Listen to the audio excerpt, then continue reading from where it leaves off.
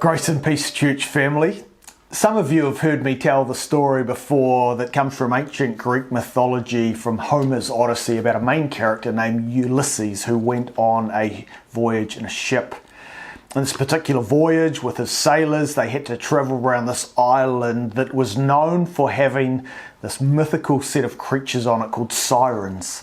Sirens were evil, hypnotic creatures that would often show themselves as seductive women that would sing and lure these sailors in so that they would come close to the cliffs and shipwreck themselves on the rocks below. And so there's this moment in the story when Ulysses, he warns his crew and he says to them, watch out for this moment that's coming when the sirens sing to you. What you need to do is put wax in your ears so that you won't hear their voice. And you need to tie me to the mast so that when I hear them sing and I start ranting and raving and being unable to think in a reasonable way, you won't listen to me until we get outside of the influence of the sirens. Here in Colossians chapter 2, we are at the moment in the book of Colossians when Paul warns the early Christians. He warns the Colossians about having minds that get clouded from a moment when they will be distracted away from Christ and they will lose their love for Jesus and be drawn away from the gospel. And he warns them.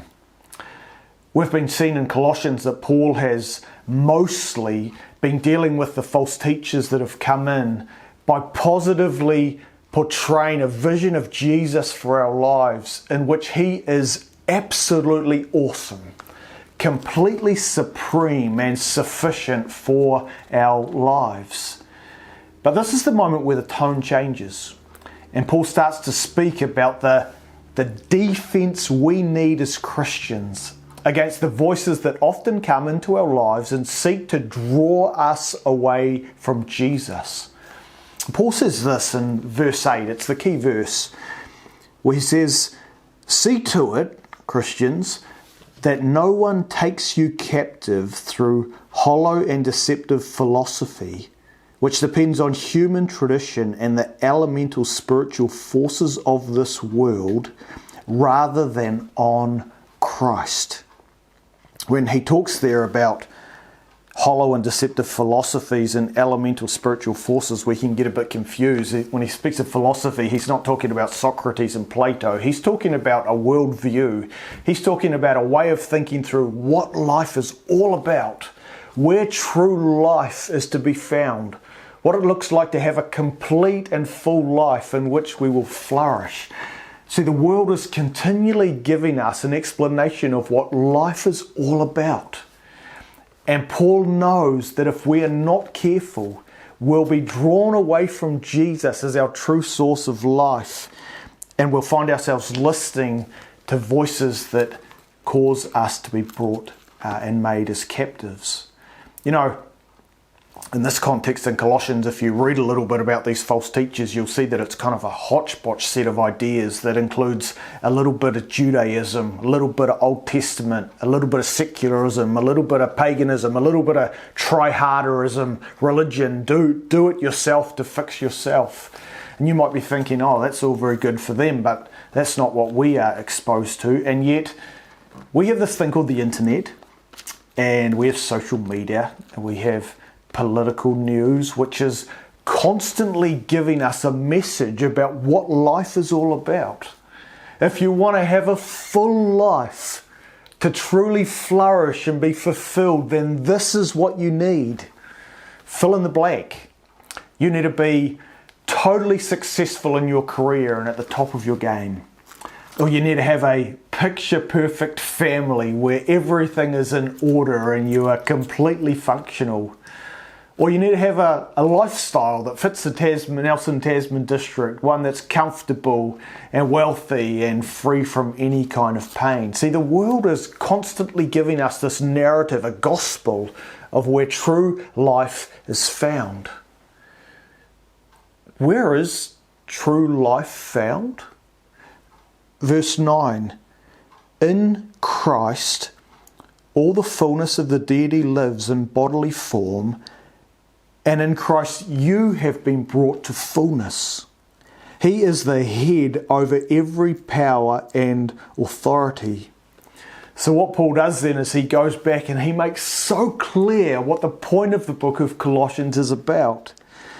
It's that Jesus is completely sufficient. In him, all the fullness of the deity lives in bodily form.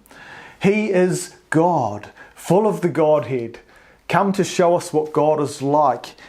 And in Christ, you have been brought to fullness. So that if your life is attached to Jesus, joined to him by faith, you have everything you need. You don't need to live as if you are empty, looking for fullness.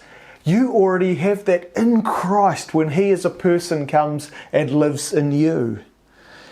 But not just that, it says he is the head over every power and authority. These messages, these powers that seek to conform us and make us captive and cause us to live for them, whether it's for our work or for our families or for having a lifestyle that this world tells us is what's going to make us completely fulfilled. Jesus is over all of those things. He is the one who defines for us what life is all about. And in fact, when we join our lives to him, we have that life. You know, there are so many things in this world that we can look to for fullness. Whether it's those examples of career and family and lifestyle. All of those things that we are so often quick to sacrifice for and give our lives to, and then ultimately find that we are enslaved to. Sometimes they can be good things, but they can never be God things. But you know what is the most insidious place to look to for our ultimate sense of life, of worth, of achievement and acceptance? It's religious performance. And so Paul will go on and say, verse 11, in Christ you were also circumcised with a circumcision not performed by human hands. See, what he's doing is he's showing that the very thing that the Jewish community often looked to as the outward sign that they were right with God, that they had his blessing, that they could then look down on others because they were the true people of God. He says, no, it's not about outward behavior or outward signs. It's about a heart that's been worked on by God so that now you are free from sin and you love Christ with all that you are because you know that he is the one who gives us fullness of life.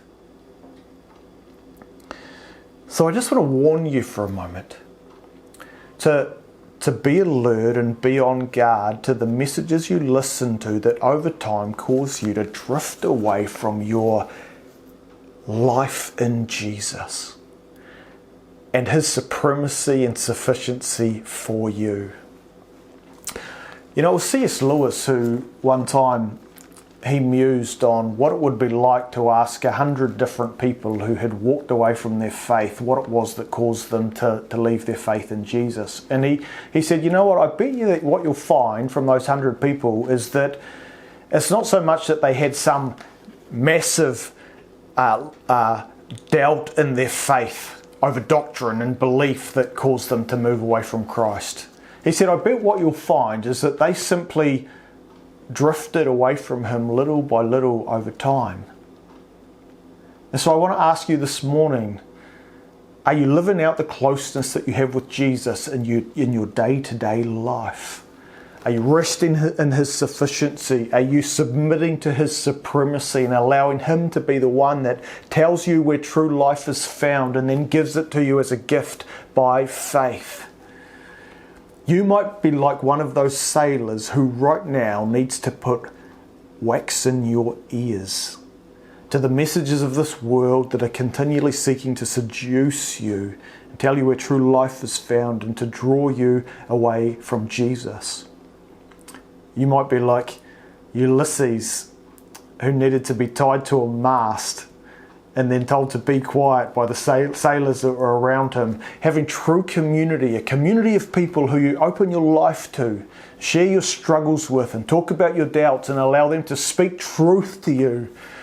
Not just keep you in the boat, but keep you going forward in your relationship with Jesus. But you know what the best thing is that we can do? It's not to put wax in our ears, it's not to tie ourselves to the mast, it's to replace the voice of the sirens, the hypnotic singing, with a more beautiful song, with a more wonderful melody, with a story of Jesus and His great love for us. The one who died in our place and is risen again that He might give us life, filling our ears and our hearts and our minds with the beauty of Jesus, and then being people who walk with Him day by day. Church family, be on your guard. Don't drift away from Jesus. Don't move on from faith. Don't leave this boat, this community of people that are travelling together to find fullness and life in Christ. In Him we have fullness.